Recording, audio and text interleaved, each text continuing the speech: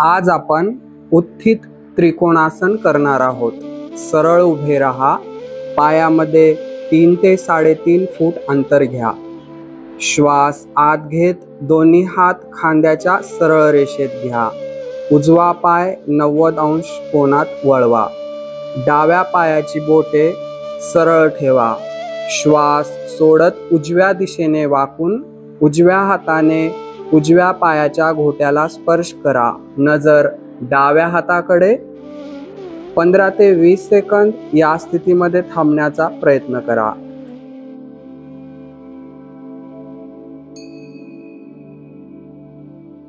श्वास आत घेत सरळ उभे व्हा। उजव्या पायाची बोटे सरळ ठेवा। डावा पाय 90 अंश कोनात वळवा। श्वास सोडत डाव्या दिशेने वाकून डाव्या हाताने डाव्या पायाच्या घोट्याला स्पर्श करण्याचा प्रयत्न करा। नजर उजव्या हाताकडे। 15 ते 20 सेकंद या स्थितीमध्ये थांबण्याचा प्रयत्न करा। या आसनामुळे पाठीचा कणा लवचिक आणि मजबूत बनतो।